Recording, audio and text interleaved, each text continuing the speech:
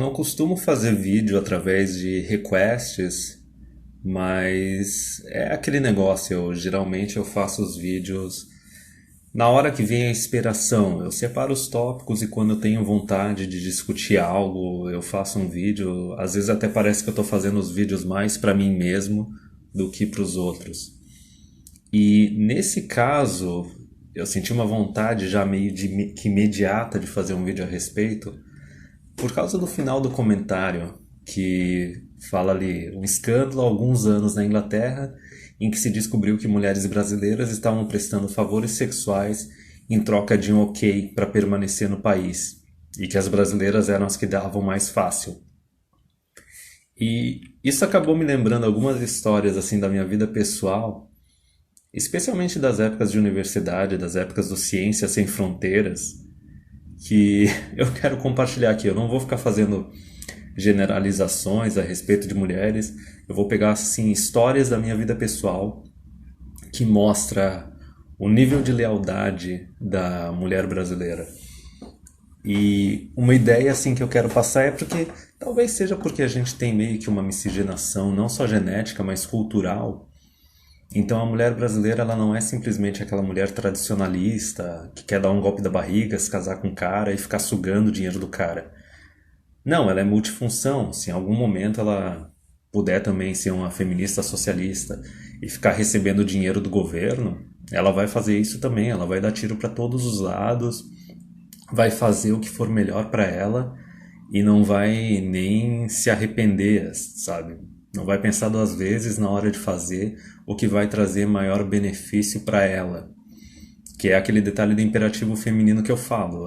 A mulher ela quer a maior quantidade possível de recursos em benefícios em troca da menor quantidade possível de esforço ou responsabilidade. Então ela, se tu tá numa sociedade mais de esquerda, ela vai ser mais liberalzinha, mais independente entre aspas, e vai seguir mais carreira pública e pegar tudo quanto é assistencialismo do governo e tudo mais. A hora que está numa época de vacas magras, num governo mais de direita, mais conservador, ela vai se esforçar para ser aquela mais recatada, entendeu? Mais fiel e tudo mais, para arranjar um maridão para sustentar ela, porque vai ser melhor para ela ficar arranjando esse maridão do que depender do governo, entendeu? Não existe aquela esquerda-direita, não existe a moral. Simplesmente vai fazer o que em determinado momento traz o melhor benefício. Então, assim, eu não vou me prolongar muito no vídeo. Eu tenho algumas histórias pessoais para contar que exemplificam bem isso que é a mulher brasileira. E eu peço também para quem assistiu o vídeo também compartilhar alguma história na seção de comentários para ver, para a gente tentar meio que definir melhor o que seria a imagem da mulher brasileira. Então, assim, primeira história. Era uma época que eu estava bastante no Tinder, um amigo meu também. E a gente acabava saindo junto, cada um levava sua guria e tudo mais. E daí a gente estava num bar. E daí uma peguete dele, novamente, estudante de Universidade Federal, faz ciências sociais e tudo mais, falando que é feminista e bababá. Aí, uma hora ela falou assim: eu sou feminista, mas depois do casamento não existe mais esse negócio de dinheiro do homem e de dinheiro da mulher. O dinheiro é dos dois. E na hora, assim, na mesma hora, cara, eu tava com um copo de cerveja na mão, assim, eu comecei a gargalhar, eu quase cuspi cerveja no chão, porque é aquela coisa assim, o duplo pensar. Entende? Eu sou feminista, eu sou independente, só que depois que eu tô casada não tem que ter esse negócio de dinheiro só de um ou só do outro, é dos dois. E é lógico que assim, ela de sociais, a quantidade de dinheiro que ela trazia para essa instituição de casamento provavelmente era bem menor do que o dinheiro que o cara trazia. Então, lógico, é excelente, é ótimo, é pro benefício dela poder dizer que agora não, agora tem que ser tudo compartilhado. Não existe o dinheiro do homem nem da mulher. E esse foi um caso assim que, não, a mulher acho que ela foi casada com um cara menos de 3 anos, não tiveram filho, ok, o cara se escapou. Tem um outro amigo meu, essa é outra história. Mesma coisa. O cara da área de exatas tira um salário legal, acima de R$ 5.000, foi se engraçar com uma guria também. Universidade Federal, acho que fazia serviço social, alguma coisa assim. Ficaram namorando durante uns 5 anos, chegaram a noivar. Ele, durante o relacionamento deles, ele fez a cagada de adquirir um imóvel. Eu vou dizer mais pra frente por que cagada. Só que mesma coisa da primeira história, só que um caso mais grave. A mulher, ela descaradamente, ela desrespeitava ele e argumentava que, pelo fato dele ter um salário maior que o dela, ele tinha que ficar pagando coisa pra ela. Então, assim, pode ter certeza que essa mulher, ela não ajudava nas despesas da casa. Ela não ajudou a financiar o imóvel. E quando eles iam viajar para visitar familiares em outros estados, não só ele pagava a passagem dela, como ele pagava a passagem da mãe dela. Esse relacionamento ele terminou por causa da quantidade de benefício que essa mulher exigia do cara e usava a desigualdade entre os sexos ou o patriarcado ou sei lá o que para justificar por que ele tinha que fazer isso e por que na verdade ela era a injustiçada e não a sanguessuga. Olha, quando terminou o relacionamento, o cara simplesmente pegou a aliança que ele tinha comprado para ela, terminou o noivado, penhorou, foi pra zona e, pela história que ele contou, ele pegou 2 ou 3 putas ao mesmo tempo. Só que o detalhe é o seguinte: se essa ex-namorada, ex-noiva dele quisesse, ela poderia ter colocado ele na justiça porque ele adquiriu um imóvel enquanto eles estavam morando junto e estavam em união estável. Esse é o detalhe mais perigoso. Passando para mais outra história. Essa história também é uma outra mais curtinha, mas é a parte mais interessante do vídeo que bate com o comentário ali de quem solicitou que eu fizesse um vídeo. Tinha uma conhecida também, universidade. Parece que universidade é o pior lugar onde pode colocar mulher, né? Parece que é muito melhor tu tentar se relacionar com mulher que não faz ensino superior do que mulher que faz, mas enfim. Então essa aluna ela era bem daquela época, também em ciências sociais, óbvio. Ela era daquela época que começou a ser implementado cota racial e cota social, e daí ela começava já a levantar a bandeira do movimento negro e tudo mais, porque ela era mestiça e etc. E era uma oportunista do caramba. Vi em uma festinha ou outra, um conhecido estava pegando ela. Deu um tempo, Facebook, né? Tu fica sabendo das coisas.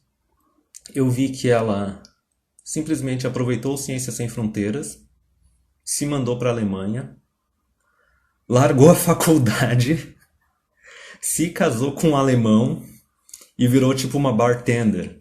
Então, assim, essa é uma parte interessante, quer dizer, até um programa social como Ciências Sem Fronteiras é utilizado por mulher para manifestar a hipergamia dela, sabe? E assim, se eu não posso sugar o suficiente aqui no Brasil, eu vou me mandar para um outro país onde eu vou sugar mais ainda, seja de um homem ou seja do governo. Porque a gente sabe que os programas sociais desses outros países são bem mais generosos que aqui no Brasil. Outra história similar.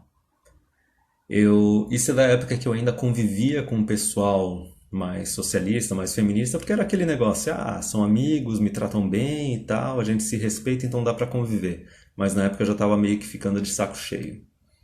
Eu tava na casa de uma amiga, lésbica, feminista e tudo mais. Isso é o mais engraçado, porque é aquele pessoal que vibrou pra caramba quando a Dilma foi eleita.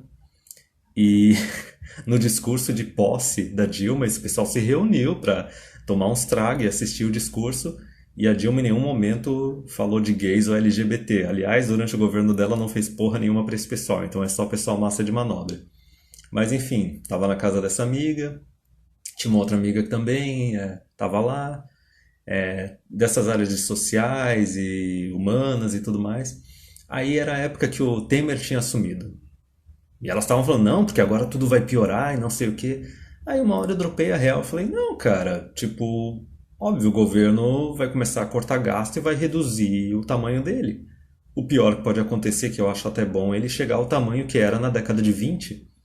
E a hora que eu falei isso, elas não fizeram uma cara assim de aversão, de decepção, não. Elas fizeram uma cara de medo, sabe? Aquela cara assim de, meu Deus, como é que eu vou viver desse jeito? Quase deu de ver as pernas delas tremerem. Mas esse é o nível da mulher brasileira, entendeu? Ela pode não falar abertamente ou usar o rótulo de feminista ou socialista, mas é tudo a mesma ladainha.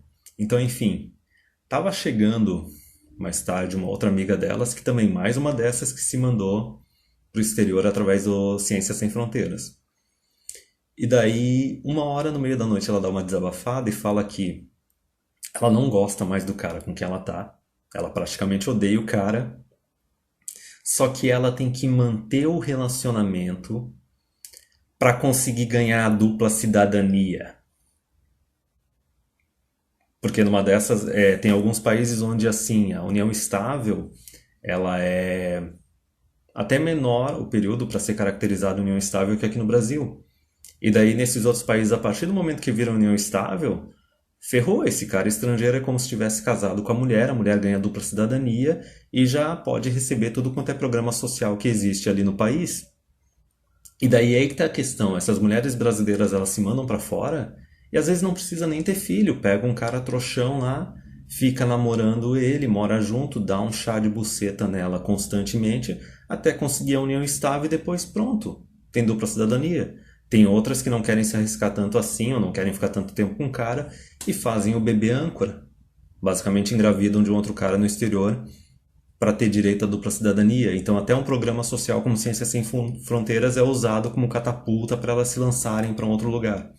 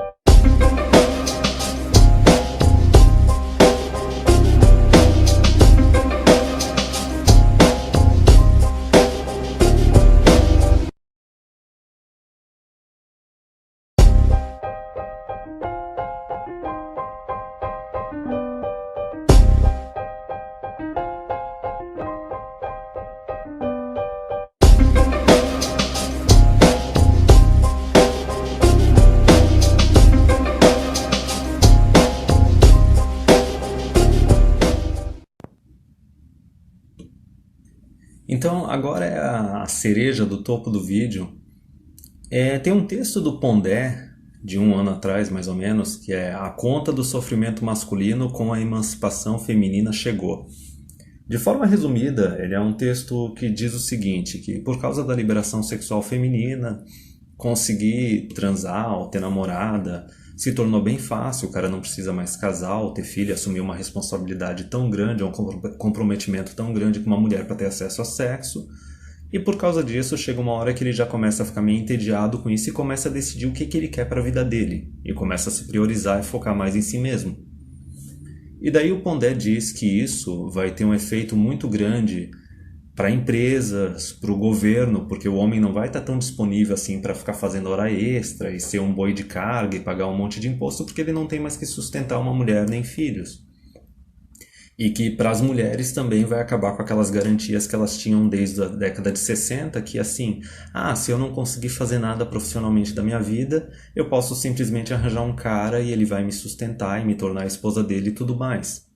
E daí ele vai desenvolvendo mais o texto, e daí eu lembro que na mesma época teve uma blogueira genérica extremamente desconhecida que aproveitou esse texto dele para fazer um texto criticando o Pondé, falando que ele estava errado, que não existia problema nenhum na igualdade entre os homens e as mulheres e que não tem nada disso, o feminismo pensa em todo mundo.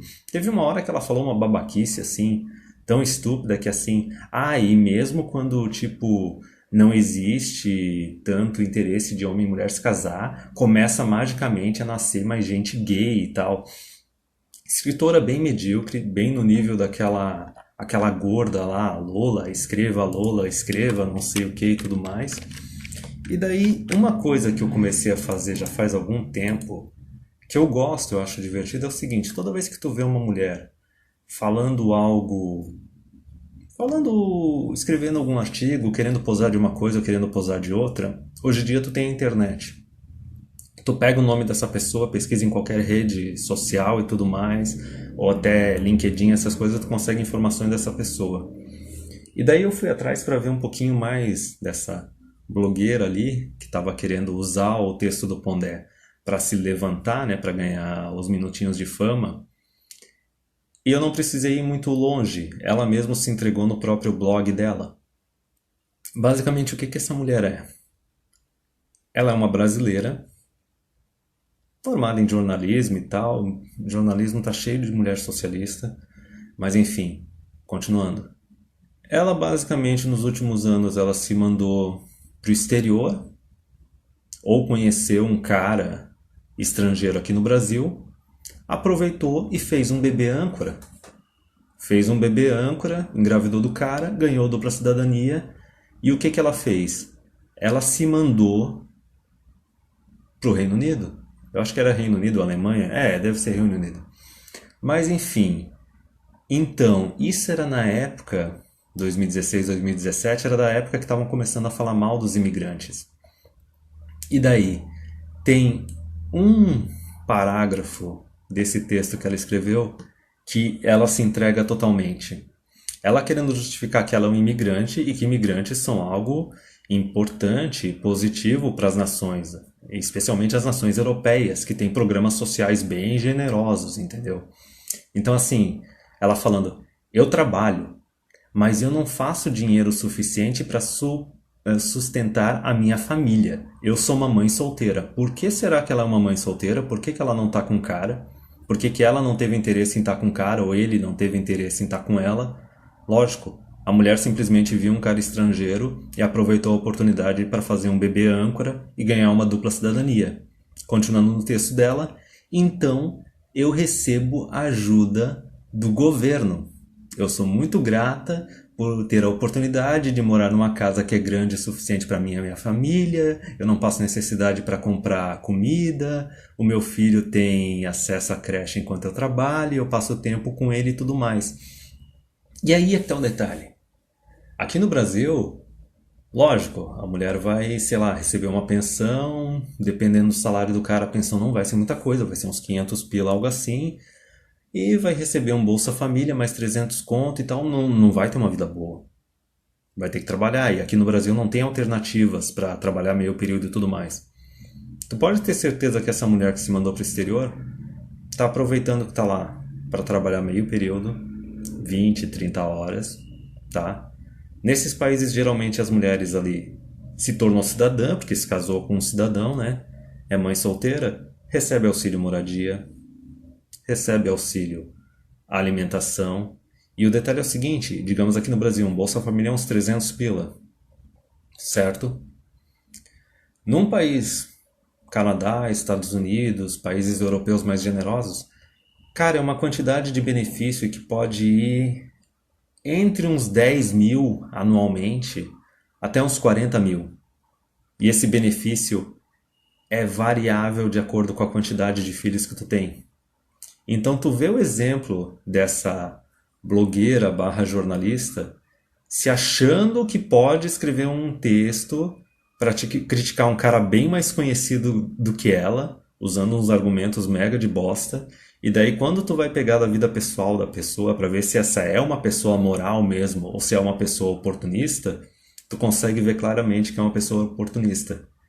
E é isso que eu gosto de fazer uns vídeos assim, na hora que vem a inspiração, quando eu vejo um comentário, eu leio uma revista, um jornal, porque tu acaba descobrindo algumas coisas que tu não ia descobrir sozinho se tu não tivesse mexido. Que a gente foi falar a respeito da mulher brasileira, do nível de lealdade dela, se ela é tradicionalista ou se ela é feminista e tudo mais.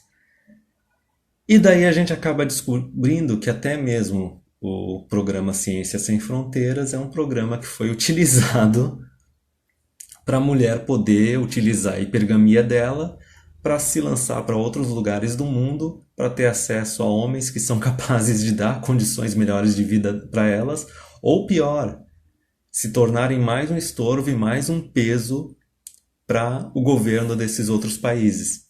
E depois elas ainda têm a cara de pau de escrever um texto dizendo que elas são um bônus, elas são algo positivo para aquele país, mesmo sendo mãe solteira de um só filho, sabe? Quando a gente precisa de pelo menos cada mulher ter pelo menos 2 filhos. Na Europa, mesmo para resolver o negócio, olha, ela tinha que ter se mandado para lá e ter tido uns 3, 4 filhos. Mas enfim. E só um adendo dessa última história, conforme eu coloquei os prints de um dos artigos dela, no qual ela está argumentando do benefício de ser imigrante, nota como mesmo numa situação em que ela está sendo oportunista e ela está tirando proveito de outras pessoas e de outros governos, ela ainda assim quer se pagar de vítima. No parágrafo, ela diz claramente que estar nessa situação é algo que estava fora do meu controle. Então pensa nisso. A quantidade de contraceptivo e de formas que a mulher tem para poder controlar a gravidez, para não ficar grávida que ela tem à disposição, ela vem falar que isso estava fora do controle dela. É lógico, né? A hora que conheceu um cara estrangeiro e viu que tinha a oportunidade de ter dupla cidadania, realmente ela não teve como se controlar.